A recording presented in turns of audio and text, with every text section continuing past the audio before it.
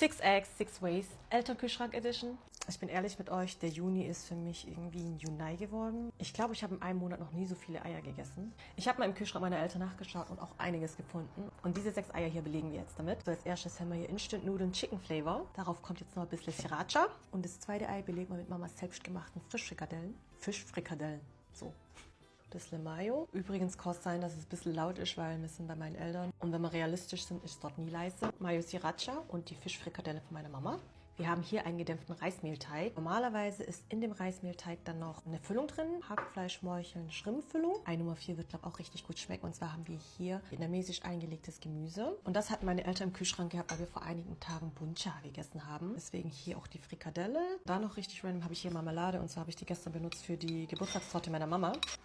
So. Ich sehe hier gerade, meine Eltern hatten auch Leberkäse im Kühlschrank. Deswegen toppen wir das Ei mit Marmelade noch mit einer Scheibe Leberkäse. Und zu guter Letzt, weil eine Freundin von mir das ständig kommentiert, einfach Ei mit Senf. Anscheinend soll das richtig gut schmecken.